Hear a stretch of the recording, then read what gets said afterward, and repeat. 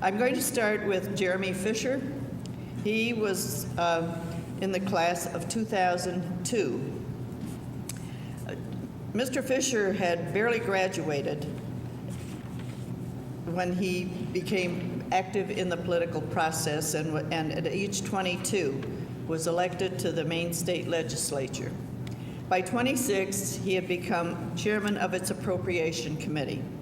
And you all know what being chairman of the appropriation committee means. That means you have control over the flow of the money. And that's very, very important. Mr. Fisher is now, he's term limited, so he's not running for the legislature right now. And when I say term limited, he was self-term limited because his wife imposed upon him that request. But he is now practicing law in Maine, but he is working actively within the process, as I understand it, in the candidate for governor's race in the state of Maine. So we will see how that turns out in another 4 weeks? Okay. Next person is Jeff Irwin, who was the class of 2000. Even as an undergraduate, Jeff Irwin was an active conservationist and worked with the League of Conservation Voters while he was an undergraduate. And catch this, he couldn't wait to jump into politics, and while he was a senior at Michigan, he was elected to the Washtenaw County Board of Supervisors. He is now the Democratic nominee for the Michigan House of Representatives, and so we'll see how that turns out as well in another 4 weeks.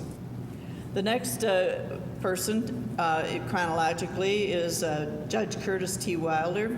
He was in the class of 1981, and I have to tell you that was a very good class because my second son graduated in 1981, and in fact he and Judge Wilder were fraternity brothers here while they were here, so they've had an acquaintanceship, well, I'll mention a little bit later. But when not being a judge, Judge Wilder is very active in a nonprofit enterprise. He serves on the board of trustees with the Nonprofit Enterprise at Work organization. He also is a trustee at Interlochen, and to further pursue his interest in music, he's part of the Sphinx organization, which works for diversity in classical performers. Curtis Wilder always wanted to be a judge, and so even after practicing law for a few years after graduating from U of M Law School, he became judge of the Washtenaw County Trial Court. In 1998, he was appointed to fill an unexpired term on the Michigan Court of Appeals. He was appointed by John Engler, then the governor. He was elected to the rest of that term in 2000. He was reelected in 2004, and he is now running again for election to the Michigan Court of Appeals. He is unopposed in that election, which gives you some kind of an idea what kind of a job he's been doing. The next one chronologically is Lieutenant Governor John Cherry, graduated from our school here in 1973. Lieutenant Governor Cherry has had a long interest in conservation to the extent that he was nominated as Conservationist of the Year by the Michigan United Conservation Clubs. That was in 2005. He served as a state representative and senator for many years, and now he's been our lieutenant governor for 8 years. Like our governor, he is term limited, so he is not running for election this year. He has not expressed any commentary about what he's going to do in the future. Maybe he'll tell us today, who knows. But he's not running this year, so we'll have to wait to find out what his future plans are. And the last one is Bob King, class of 1968. Bob King has a long track record of supporting workers in all different categories, not just the automobile category. But within the last 2 months, he has really burst onto the public scene, including a 2-page spread in the Detroit newspapers as the newly elected president of the UAW, United Auto Workers. And with that, I'm going to turn things over to Bill Zimmerman, who is the moderator. Bill is a professor emeritus and research professor in the Center for Political Studies.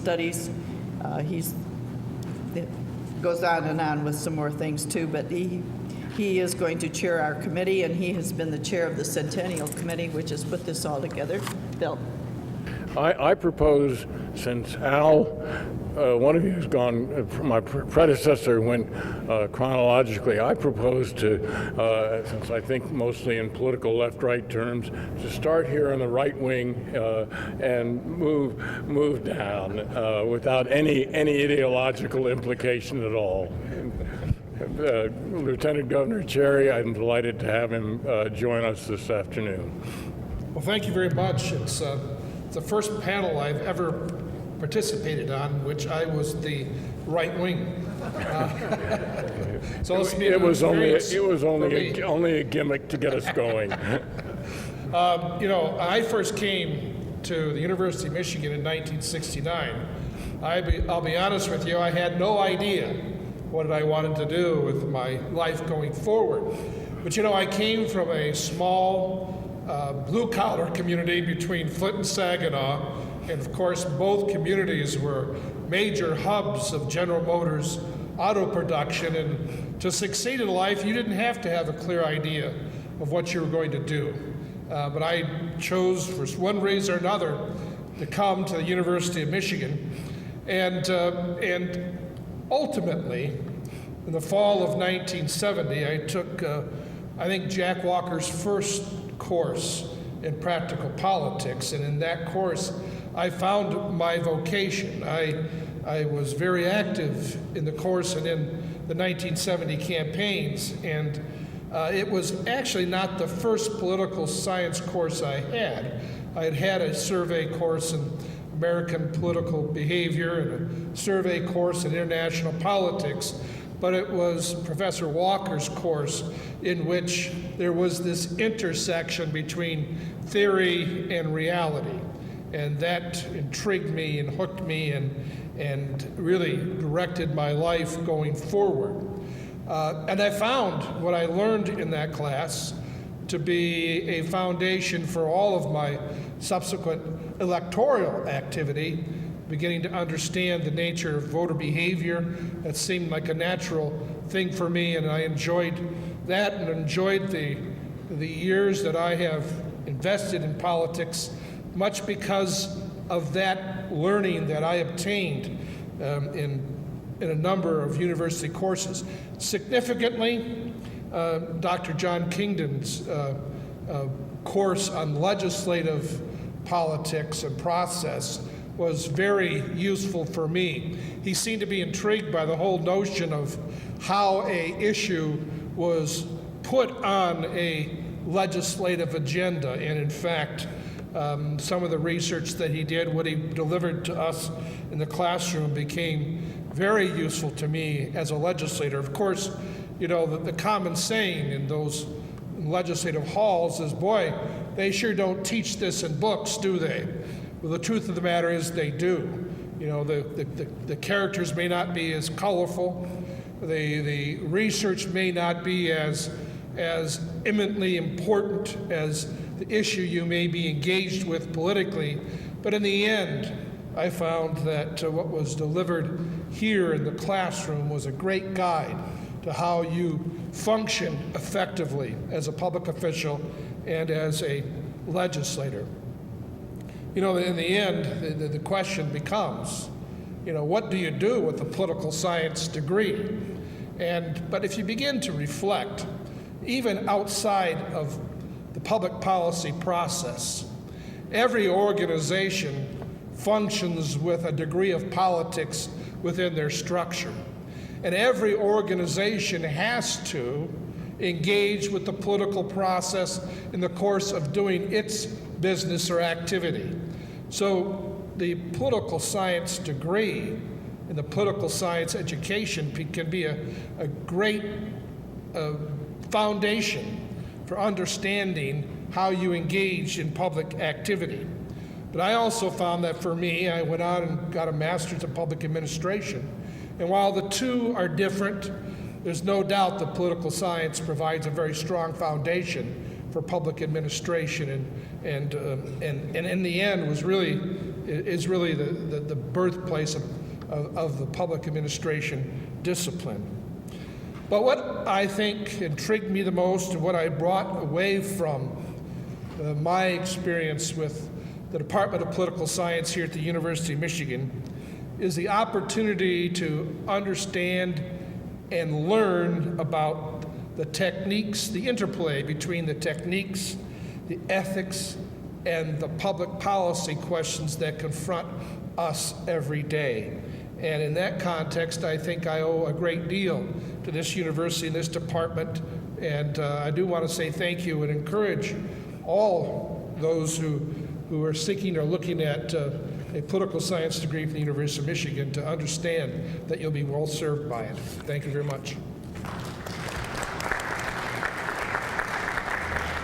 Thanks, John, very much. Good afternoon. Again, my name's Jeremy Fisher. I came all the way from Maine. I want to thank the Political Science Department for giving me the opportunity to come back. I haven't been back since I graduated in 2002, and it's a real honor to serve on a distinguished panel, especially with Bob King, who's a real legend within the labor community. His presence comes all the way to Maine, and certainly knew who he was before I got here today.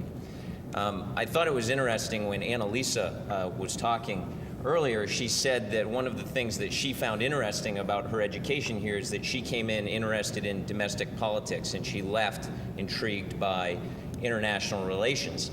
And I bring a slightly different perspective. I came to the University of Michigan hoping to leave as James Bond, and I left hoping to be Mr. Smith Goes to Washington.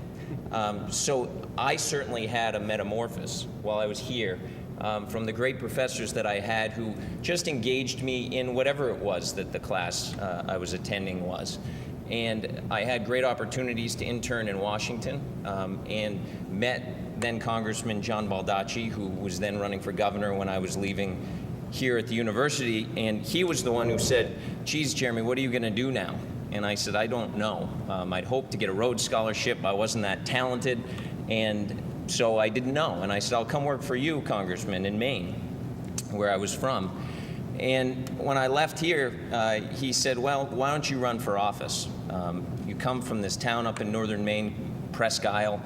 They've had a Republican in office there for 12 years. Why don't you try to beat him, and when you lose, you can come work for me in Augusta." He was quite confident that he would win, and obviously not very confident that I would. And I started my campaign at 911 Greenwood Street here in Ann Arbor, Michigan, calling people in my hometown and asking them for their support.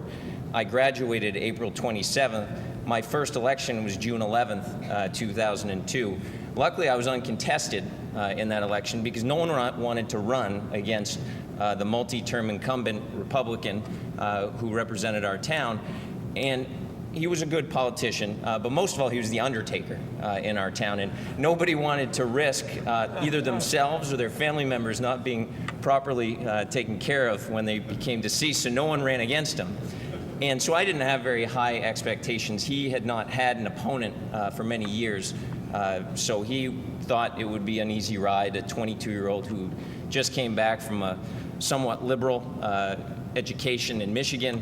I don't think he thought that he had much to worry about, and I came home on a mission. And between June and November, I knocked on every door in my hometown, and I was done by August, so I said, "What the hell, I'll do it again." And I knocked on every door in town twice. In fact, met my wife while I was doing that. She was home from college at the University of Pittsburgh at the time, and she's become quite adept at many things, putting up signs among those. So I got elected at 22, a big upset, probably the biggest upset in the state that year.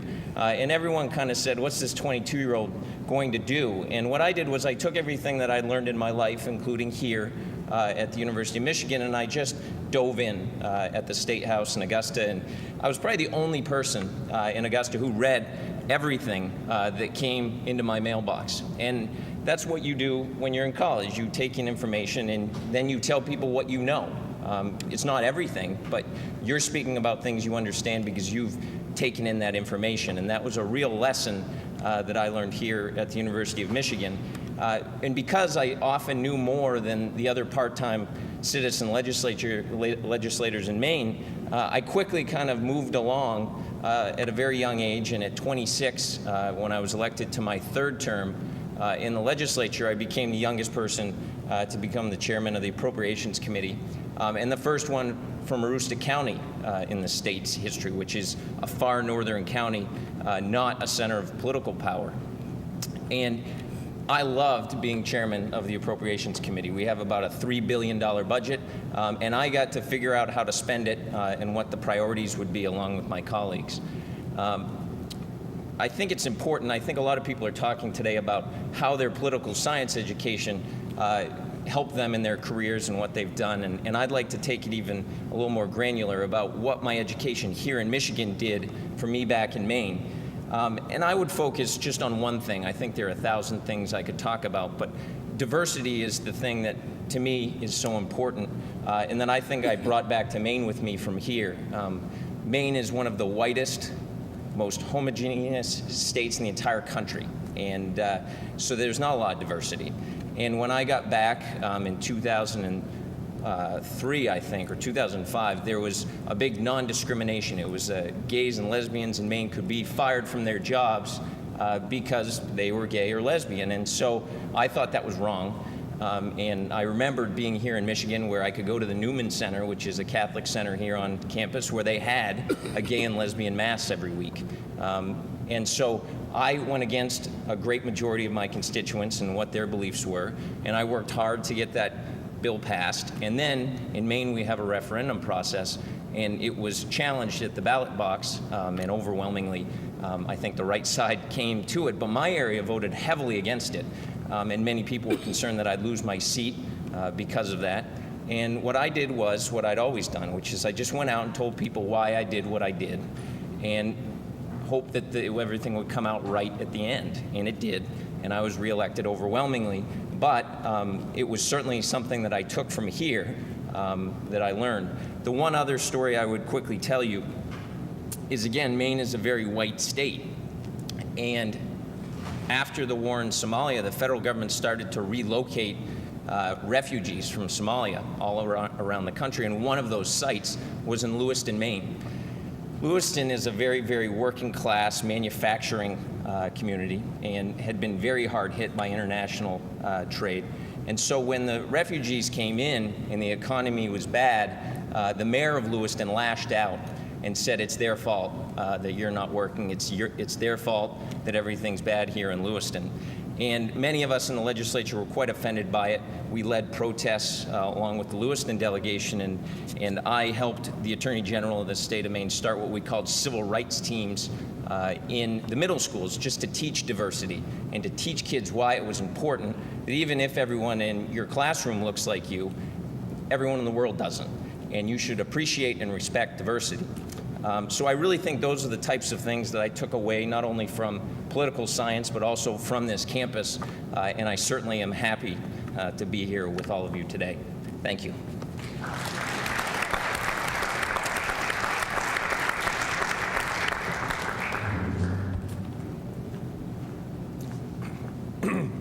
Good afternoon, everyone.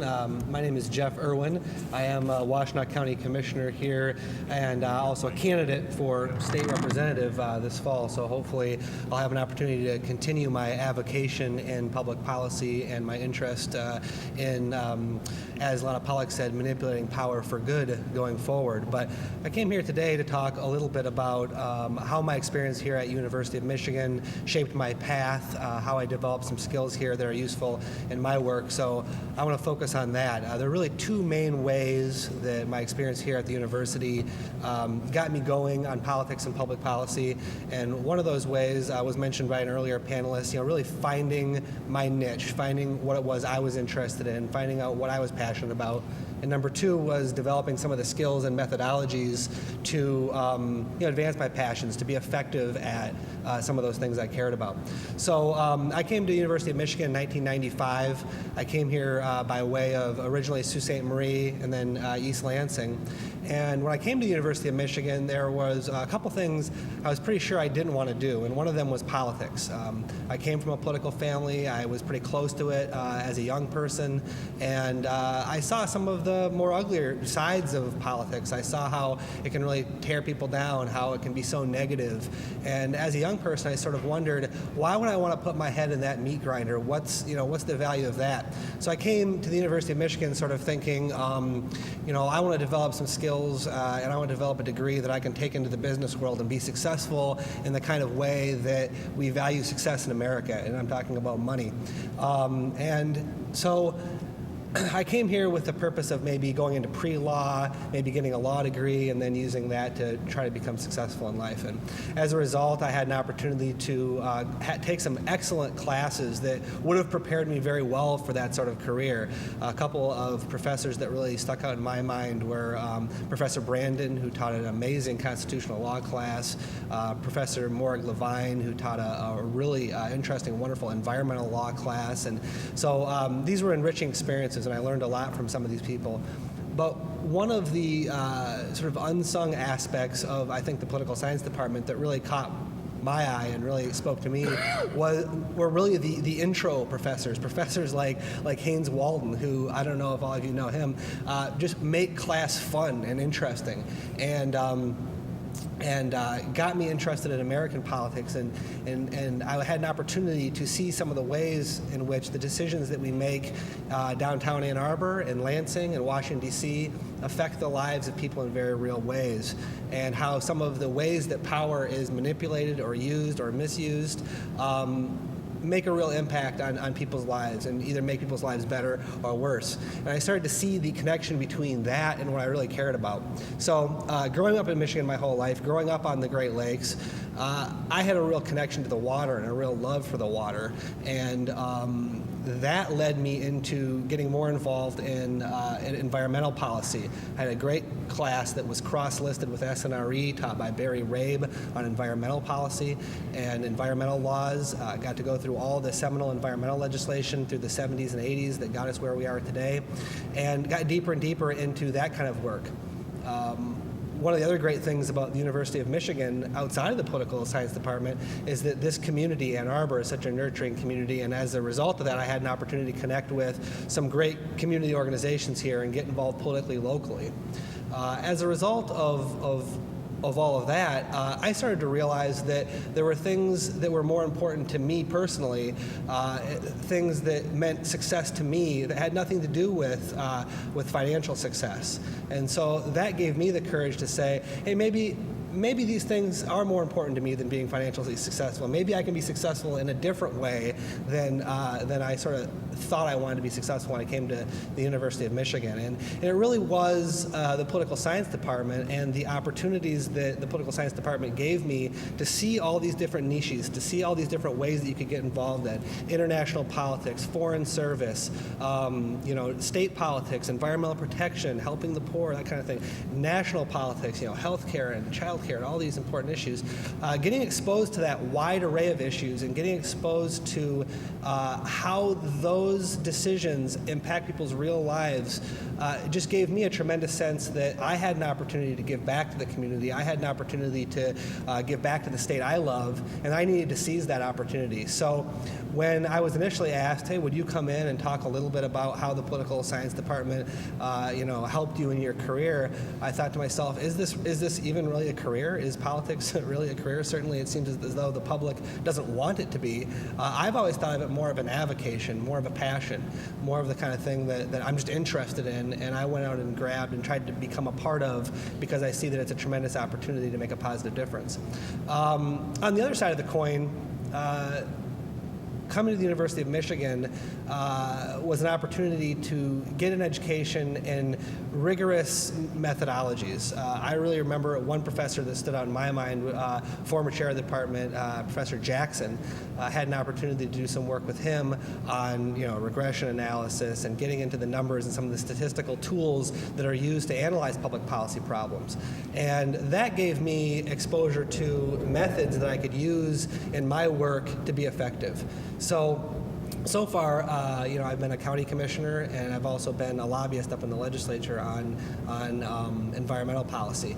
And having an exposure to and a training in some of the methodologies of statistical analysis that I got here at the University of Michigan has been really helpful in terms of being effective. So when you're trying to make an argument to a legislator that increasing clean air standards or increasing the enforcement of clean air standards here in Michigan is going to make a difference to the lives of people in Michigan, it's really important to be able to use the skills of political science to be able to show them numbers that are meaningful to them. Here is how many people will be helped by this. Here is how many people will not get lung cancer or will not have respiratory ailments because of this change in the law. And without the education that I had here, I would not be as effective as I have been in terms of both being passionate about these issues and in terms of caring enough to put my head in that meat grinder and to keep trying to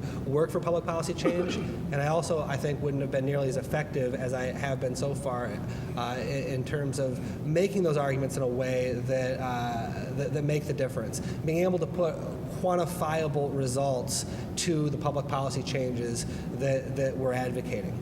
So once again, thank you to the Centennial Committee for putting this together, and thank you to all the fellow panelists for spending some time with me this afternoon.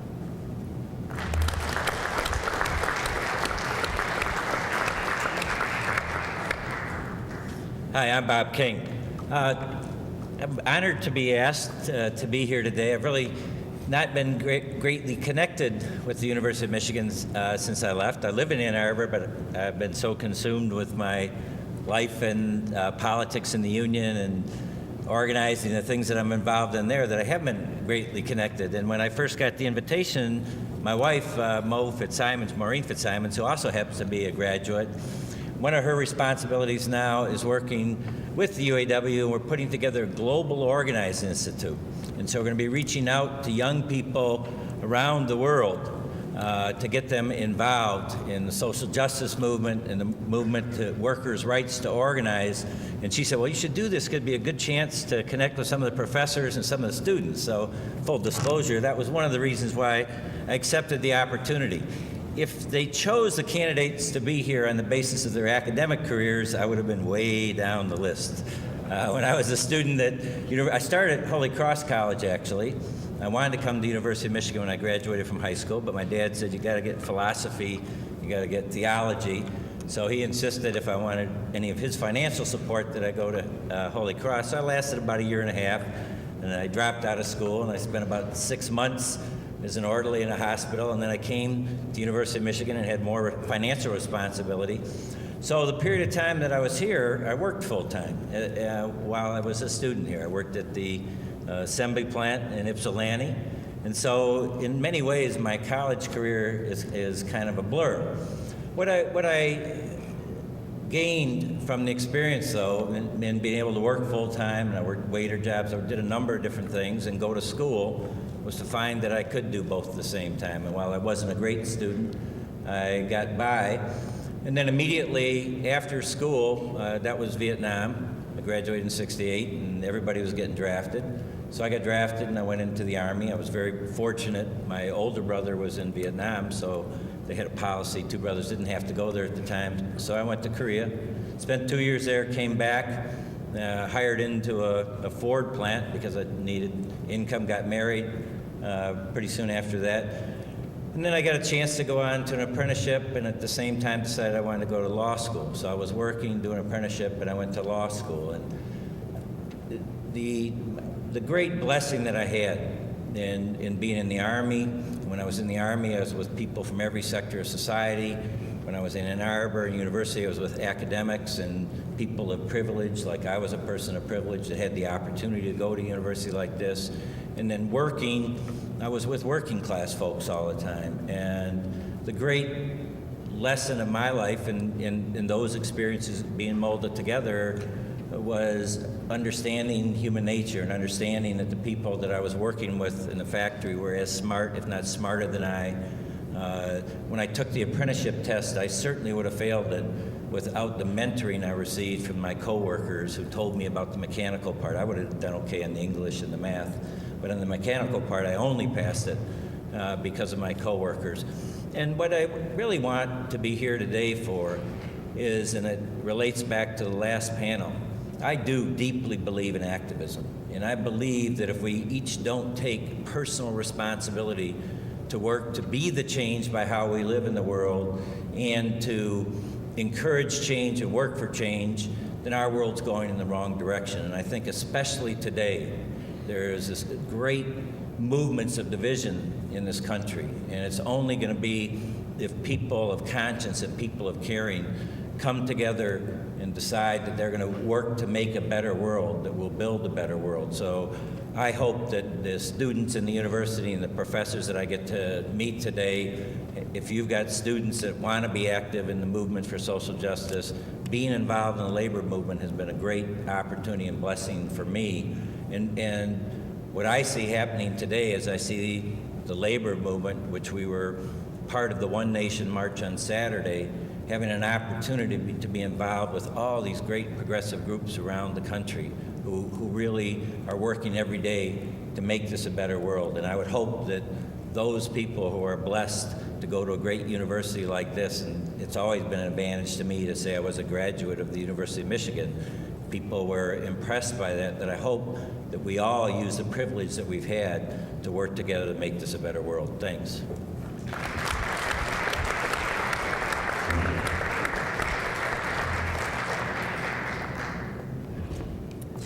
Well, good afternoon. Oh, come on. Good afternoon. As the Lieutenant Governor said, and this is the first time he's been introduced as on the right wing. As a Governor Engler appointee, it's the first time I've been introduced as in the left wing. Before I start talking about myself, I do want to acknowledge that among the many blessings I've been provided with by God, my wonderful parents who drove up from Cleveland to hear me speak today. And I just want to acknowledge them and say thank you for coming. And happy 80th birthday, Mom. When I came to Michigan, I had just finished a great experience at Buckeye Boys State. Now, being a Michigan guy, to acknowledge that I'm from the Buckeye State is, it's kind of tough, but it really did a lot for me in being involved in the Learn by Doing program that the American Legion provides for those students who are about to become high school seniors.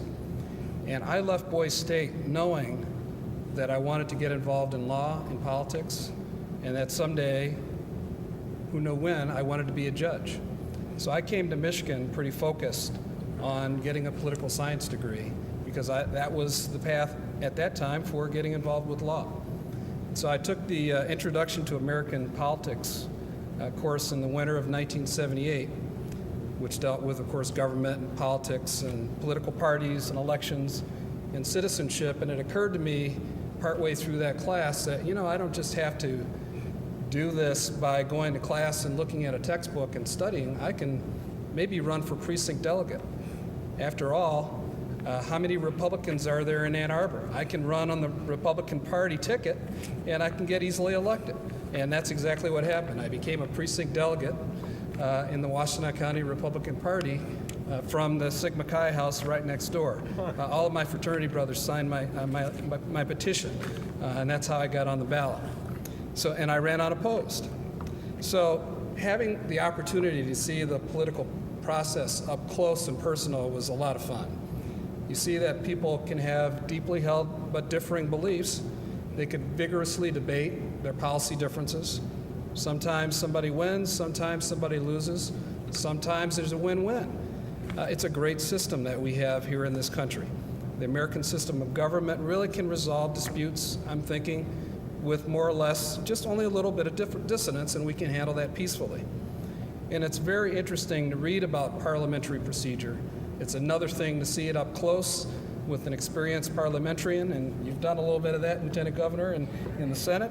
I remember a particular committee meeting where one gentleman was vigorously pressing his argument on a policy question, and the parliamentarian closed the debate under Robert's Rules of Order, called for the vote, called the question. The question was called, there was a vote, and the gentleman's opposition was not heard.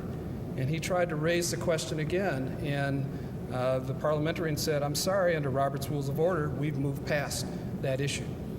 And this gentleman said, and it stuck with me all these years, "Well, I don't know who this Robert is, but his rules aren't very fair." And I want to come back to that in a little bit. Throughout my political science career, I studied apartheid in South Africa, the civil rights struggle, as well as the U.S. legislative process and the U.S. Constitution. And I started thinking, there are a couple things apparent about this country. One is that we have a brilliant structure of governance in this country, one that promotes freedom, it provides stability, and encourages, in fact, demands citizen participation. At the same time, this structure that gives us some stability can also sustain for a very long period of time an unjust situation and an unjust status quo. And citizen participation is really the means within our system to make that change in the status quo.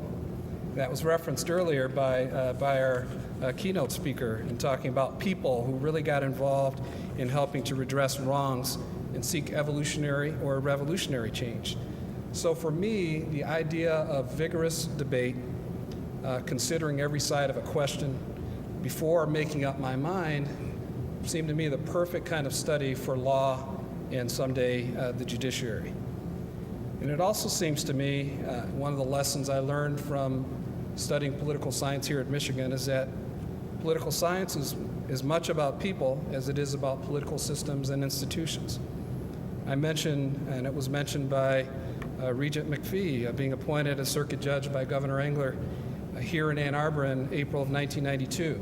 And I wasn't very well known here because my career started in Lansing, Michigan, and I practiced mostly in mid-Michigan as well as in Detroit. So immediately my appointment was criticized, and immediately I faced 5 challengers in the August primary. So at that time, being the governor's appointee and $1 could get me a cup of coffee, and that was about it. But I was grateful for the job and realized that while this system would allow me the opportunity to have this job, it had to be my persuasion of people, communicating with people, that I was worthy of the job. And if I could communicate those values that I held as a judge, I could keep the job. And so I began a very active, in fact, I wore a badge, oversized badge on my lapel. And everywhere I went, people could see Judge Wilder for Washtenaw. And I was ready to talk to anybody who wanted to talk about what I believed the judicial system required, what I believed my role as a judge was. And I also found out, very interestingly, the fact that I had been a precinct delegate in the 70s and 80s had a slight advantage because some of the people who got to know me when I was a college student came out of the woodwork and started helping me on my campaign. So again, it was people helping to move me through the process. Now, as a judge, I decide disputes about what the law is and about how the law should apply in particular circumstances. So in the abstract, that makes me an actor in the 3-branch political system, my job being about the rule of law and the interpretation and application of laws that are enacted by our elected representatives. But we have to remember as judges that the cases that are before us involve real people with real problems and concerns. And I frequently think about the guy who felt that Robert's rules weren't fair. And I recognize, and I think this is a lesson of political science, that perception becomes reality. And as judges, We want to work to reach outcomes that are actually fair as well as perceived to be fair. The process really matters. It sounds easy to do. It's not so easy all the time, particularly when people have differing and competing and many times valid opposing views. So finally, I'd like to say that the other thing that my political science studies inured in me is this idea of citizenship and being involved. Some have mentioned nonprofit service. I'm very active in nonprofit service. I believe that's another way that I can give back to the community. And the nonprofit organizations, whether they're advocacy or simply trying to make a better life in their own communities, can have a great deal of impact on quality of life. So in closing, I'd just like to thank Professor Zimmerman for the invitation and the committee for the invitation to participate. It's been a great honor, and enjoyed serving with the panelists.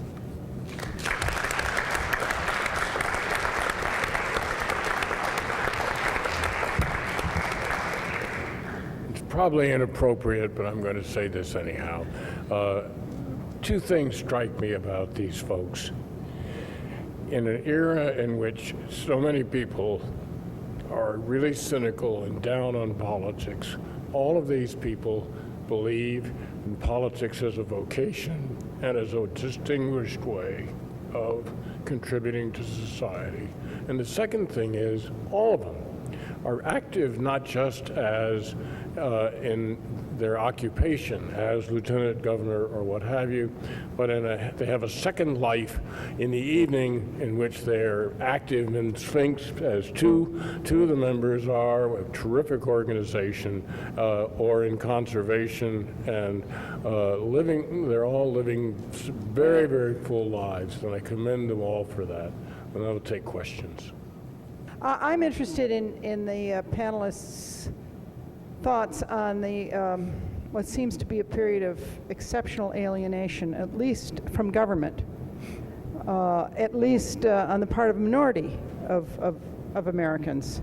Why the alienation? Is it something government's doing? Is it something? Well, I'll leave it to you.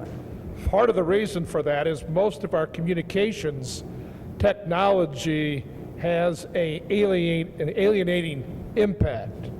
It brings to mind to me the commercial you see, and I can't remember which company, but you have a man and a woman sit in a booth in which they're breaking up, and they're texting and they're sending emails and phone calls. I have witnessed, Lana, I find it amazing, I have witnessed legislators negotiating by text message. And it takes a face-to-face sit down to begin to develop some sense of rapport and trust. So I believe the technology in which we use to communicate has done a lot to alienate us, and I think we've used it to avoid direct human interaction. And in my mind, that's alienation. And once you start down that road, then institutions then begin to suffer from it as well. I remember the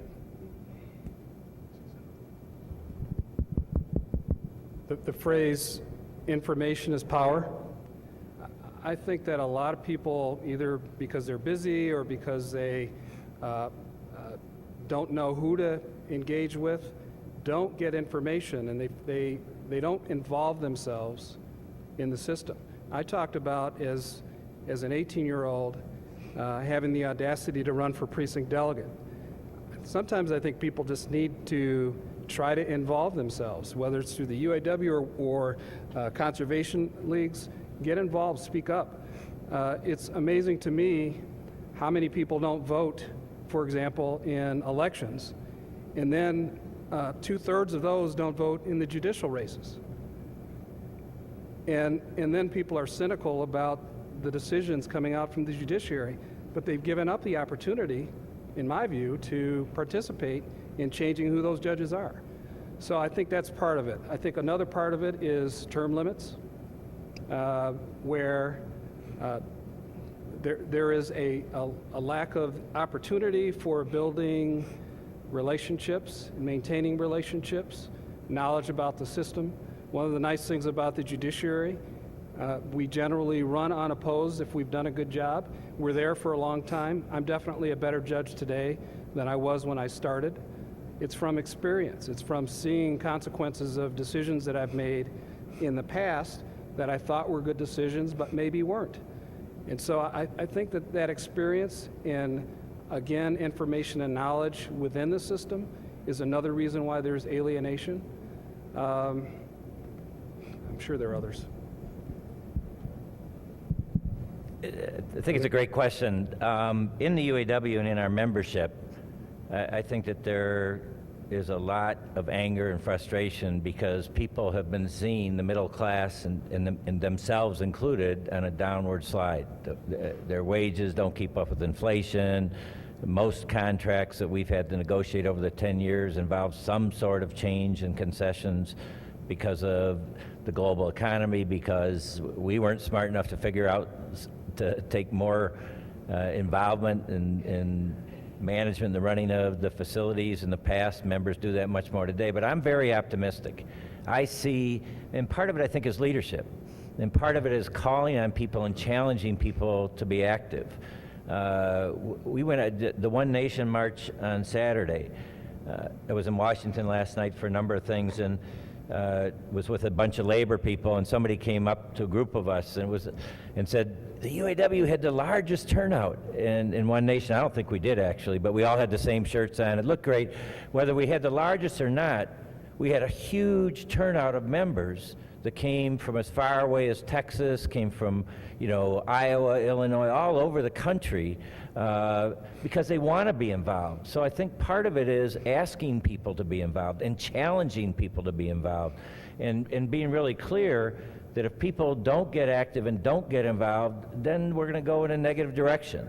And to me, it's an embarrassment to the progressive movement and to labor unions that the most activist people in the last year have been the Tea Party. So I'm saying to labor people and to Democrats all the time, we got to be out there. We got to be saying what we believe in. If we believe and care about one another, and that's what I think, that's what I know the UAW is about. I think that's what a lot of Democrats are about. I don't want a divided society. I don't want a society where one group is pitted against another group, another group, another group.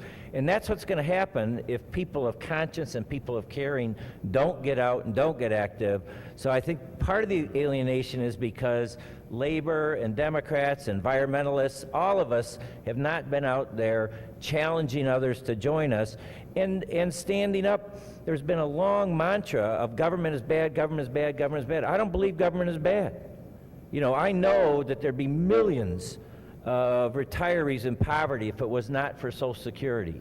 I believe you're supposed to have an unemployment system that if people are out of work through no fault of their own, through a change in the economy, the government is supposed to help them bridge that difficult period of time.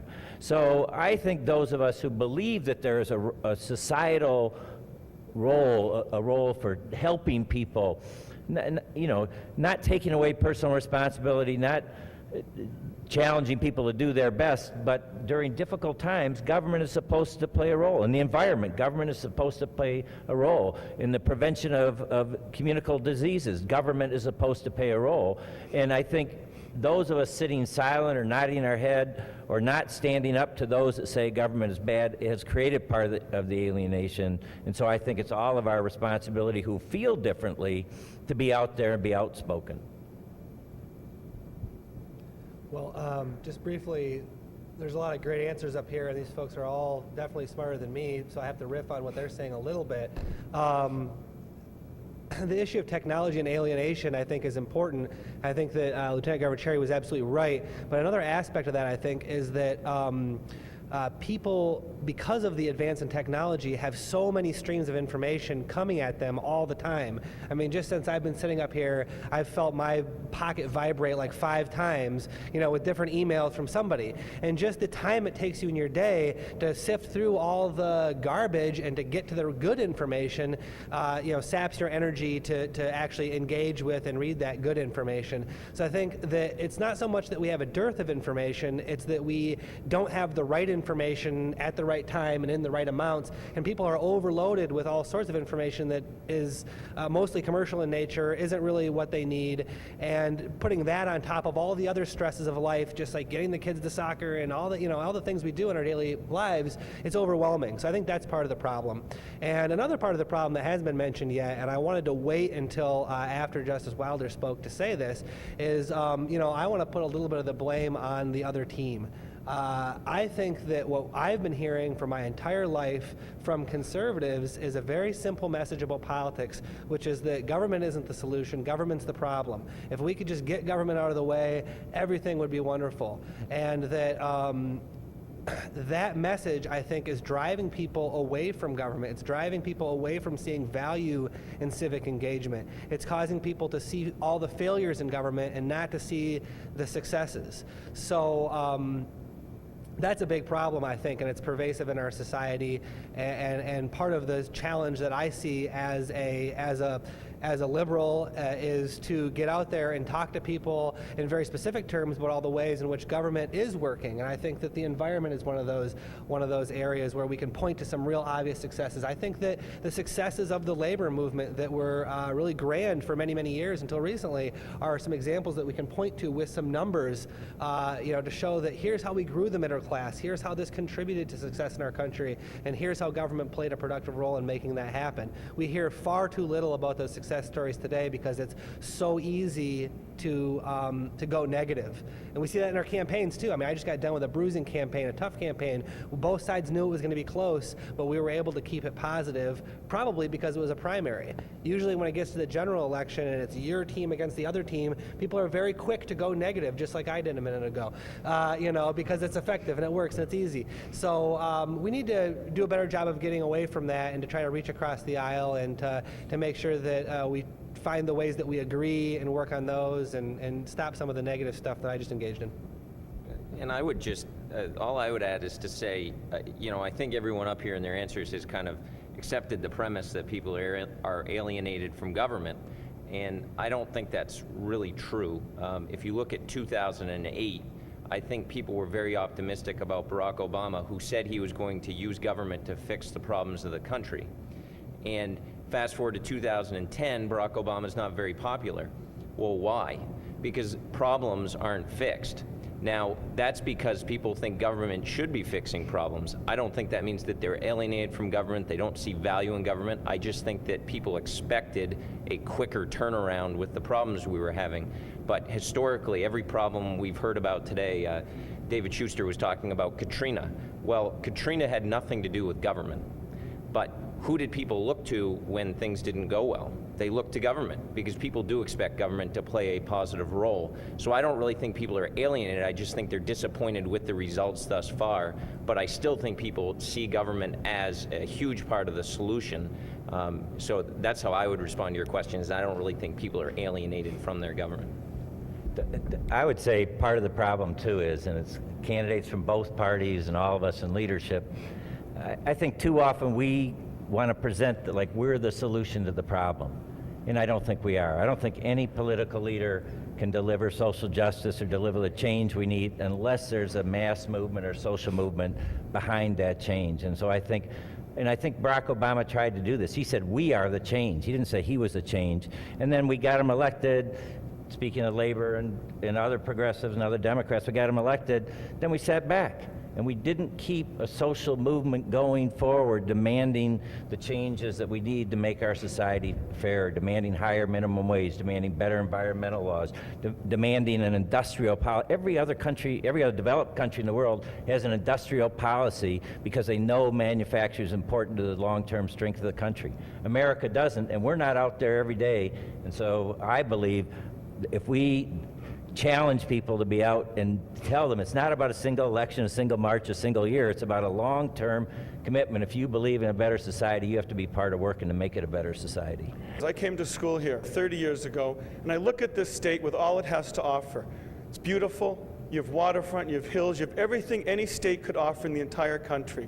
And yet between the unions and the politicians, you ran it into the ground. You were completely dependent on the automobile industry. Kids don't want to hang around after they graduate. And I don't see any changes happening from your level between the corrupt officials who are elected into Detroit. I know you can't handle that personally, but it's very annoying as a lot of universities have their kids wanting to stay, wanting to set up small businesses, whether it's biotech or computers.